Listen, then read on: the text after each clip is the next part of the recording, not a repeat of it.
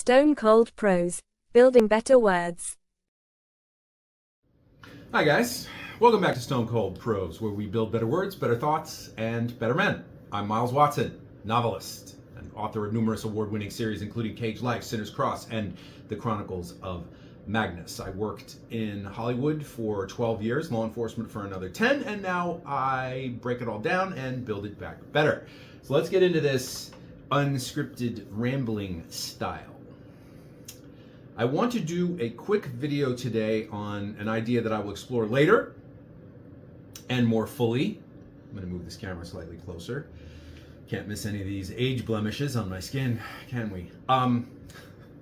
The issue today that I want to discuss is woke versus slop. I have been watching some of the giganimous content creators lately, more than usual, like The Critical Drinker and Echo Chamberlain, to name a few. And one of the themes that's been coming up is something that interests me a great deal, and it's the idea that we may have moved past the age of woke in cinema and television and video games and all the rest of it, but now we're in the age of slop. Now, if you ever watched the great Ken Burns, I want to say miniseries, documentary miniseries on the Civil War, the Civil War was referred to by cynical Union soldiers as the Age of SHODDY, because the equipment that people made and sold the government for the soldiers was trash. The shoes were made of cardboard and fell apart. A lot of the clothing was made of inferior products like the fuzz off real wool and would disintegrate in the rain. Rifles didn't fire, cannons blew up, the pork was full of maggots, etc., etc., etc., etc. The age of shoddy. Are we in the age of shoddy now, or are we in the age of slop? The answer is yes, but here is why I think this is worthy of a much deeper dive later on, a much more fulsome discussion, and I'm going to have at it. So, when we ushered in the age of woke for cinema, television, and video games, and popular culture generally, what we did was we took the basic principles of storytelling, and I've already done videos on this, so you can go back and watch them if you want, so I'm not going to get into it, but we took the principles of storytelling and we replaced them with new principles based on a political ideology that came from a particular political side of the spectrum. Okay, so we took those ideas, the political ideas, and we put them in the creative space, thus eliminating the creative aspect, and we started turning out political propaganda masquerading as entertainment, which is why audiences tended to reject it. They might not be able to see the difference, right? Because the package is shiny, and as somebody who worked on video game trailers for 9 years and also worked in makeup effects concurrently during that whole time that I was in Hollywood, that 12, 13-year period, I can tell you, it's all about the outward appearance. It's illusion, movie magic, right? Well, the problem is we're so good at that people often buy into it, and they sit in the theater and go, what the fuck am I watching? What is this garbage trash? What is this rubbish?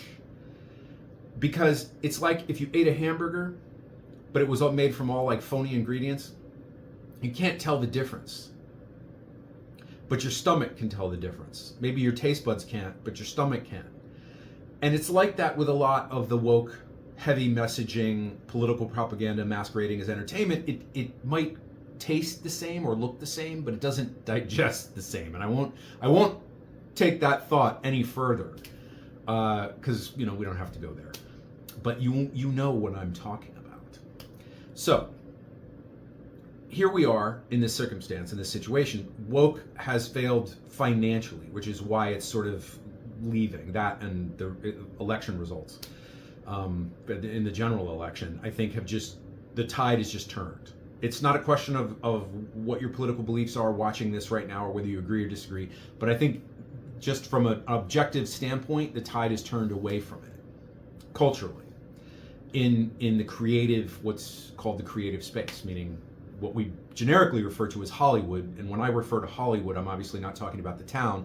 I'm talking about the entire industry worldwide, the entertainment industry worldwide, of which the United States is the epicenter, because that's our main export, is entertainment. That and the weapons we used to sell, which apparently I'm not selling anymore, but whatever.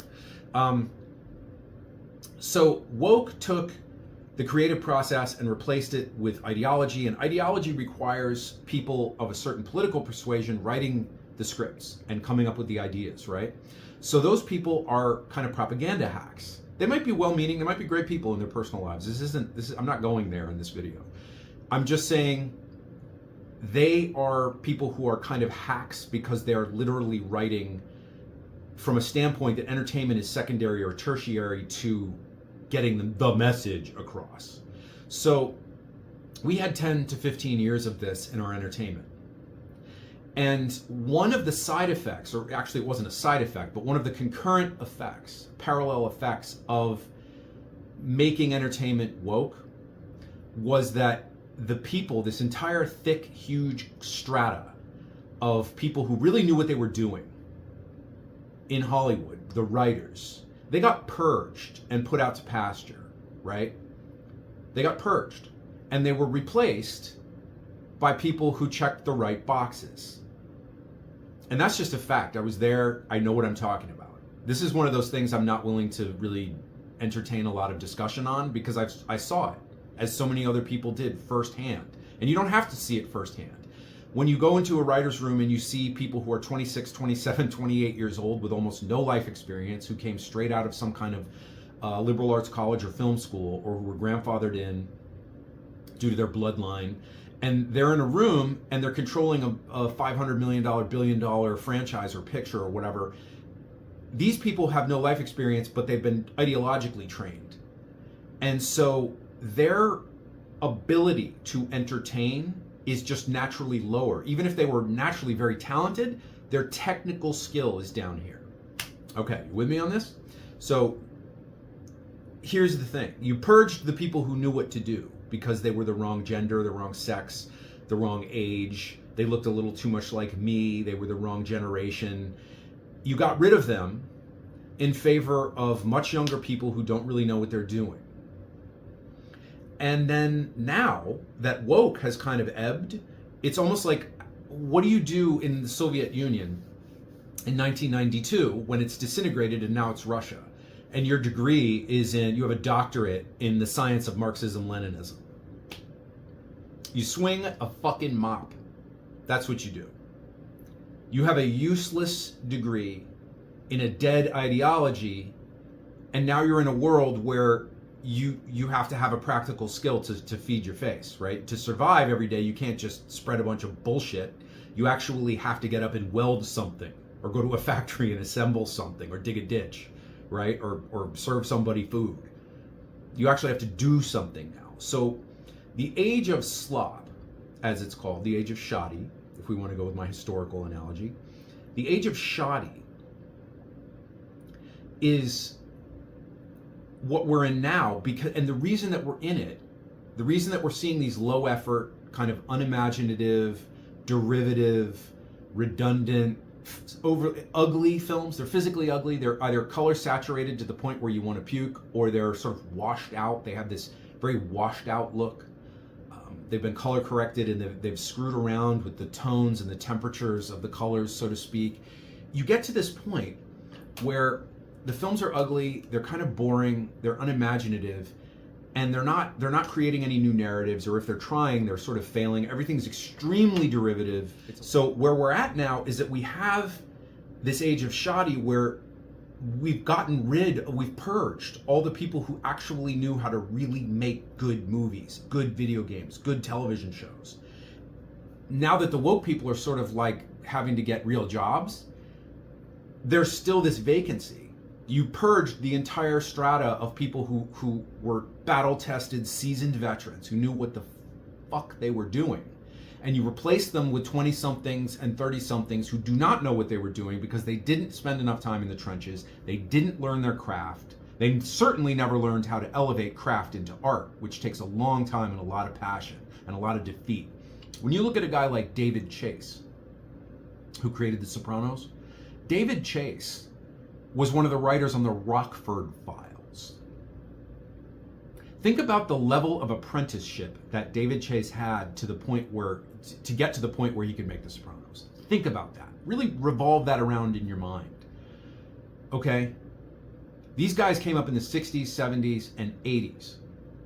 and they knew their business. They started as pencil sharpeners and productive in the writer's room and production assistants, making $5 an hour to get yelled at and treated like shit. And they learned the business from the ground up. They were like those old school mercenaries, right? Who they've seen it all, done it all. They can tell you stories. Some of the stories these guys tell you not believe, but that's a whole separate video. One where I'll have to bleep out names to protect the guilty.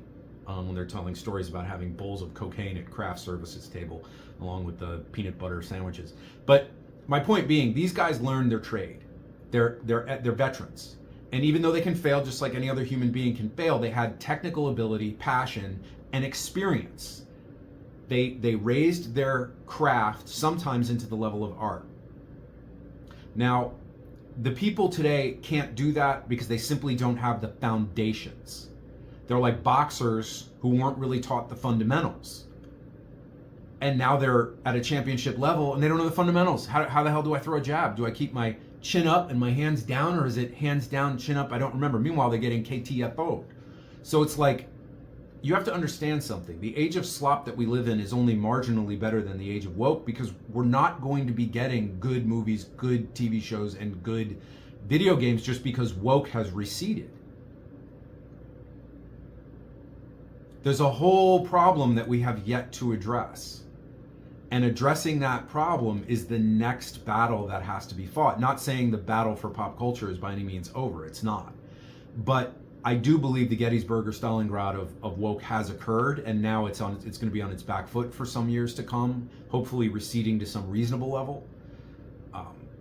In the meantime, we have a situation where we have people in control of the entertainment industry who never paid their proper dues, who were picked for box checking reasons, who don't know what they're doing, who are kind of, if you look at the aesthetics and what they're trying to accomplish with their movies, it's all derivative. You say, okay, they're ripping off this movie, that movie, that. There's no bold ideas here. Beautifully executed bold ideas. There's not even really any bold ideas. It's just sort of low effort. So we're now in a new era, and it's not a good era. If you know anything about history, you know, it's like World War II ends, Britain celebrates for a couple days, and then they look around and go, well, wait a minute. The country's been bombed to shit. We're still living off canned food. The empire is now falling apart, so all that loot we were getting from all over the world, Asia, Africa, the Middle East, for free, we're not going to have to pay for that. Because the people in those countries that we were robbing it from are now going independent and they're going to sell it to us. Now we have to buy it. Our country is shit. It's worse off than before the war. Right? So that's kind of the way entertainment is now. A war has been fought. It seems to be ending. Maybe it is ending. Maybe it's a victory. But at the end of the day, there's another battle to fight here. And that battle partially includes bringing back the talent that was purged, and partially putting people through a proper mill of training before we give them $500 billion franchises. You can't just hand the reins over to these 29-year-old film school graduates who've done like a Coke commercial and a short film and maybe an art house movie and be like, here's your Marvel movie, here's your Star Wars movie, here's your Lord of the Rings movie, here's your Star Trek movie. It doesn't work that way. Or rather, when it does work that way, it generally fails miserably. We've come off 10 years of relentless failure due to promoting the wrong people, pumping the wrong material. And now we have to have the right people doing the right material, and that means giving the people who know what they're doing a chance to do it. So this is a situation that we really, really have to bear down on and be aware of, because my fear is that we've had bad entertainment for so long that the public's understanding of what makes good entertainment is actually going to decline. Just like when canned food became popular, people were like, oh, these canned peaches are better than the real ones. They never ate the real ones. How would they know? They would reach over a fresh peach on a frickin' tree to get a shitty can of peaches because they've been habituated to mediocrity. And we've had 10 years of crap. So people's expectations are lower and they're just happy. I think the drinker might have said this in one of his videos. They're just happy that the movie's not woke. It's like, yeah, but the movie still kind of sucked. the fact that it's not woke doesn't make it good. There were plenty of bad movies, TV shows, and video games that were not woke through the history of time. Not being woke doesn't mean you can't suck.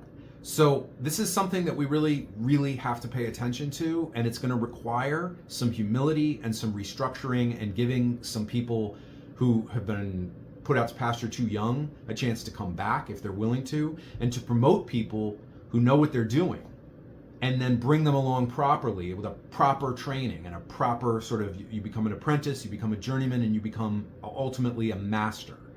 And that's what we have to get back to, is the idea of mastery. It's not an overnight process. It is not an overnight process. I'm 52 years old. I didn't publish my first novel. It's 2025. I didn't publish my first novel until 2016. I've been writing since I was 12 years old. I published my first short story in a magazine when I was 17. But I didn't publish a novel until I was like 40.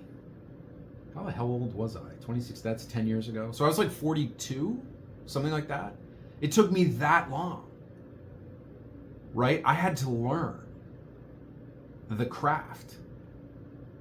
And then I had to elevate craft into art, which takes passion and commitment and humility and a lot of ass whippings that were given to me. I didn't deliver them, I received them. So it's like there is a problem in our country with being impatient and wanting to be overnight masters. And it's like, oh, I went to culinary school, now I want to be the next Bobby Flay. It doesn't work that way. You got to pay your dues. So the antidote to the age of shoddy is paying our dues and putting in the work to achieve mastery. And that's something I'm going to talk about in a more structured way on another video. But my final thought for today, and I'm going to wrap it up right now, is that just because we've won this big battle and may have won this war, there's another war over the horizon. Because to paraphrase the immortal and great Rachel Ziegler, that's life, baby.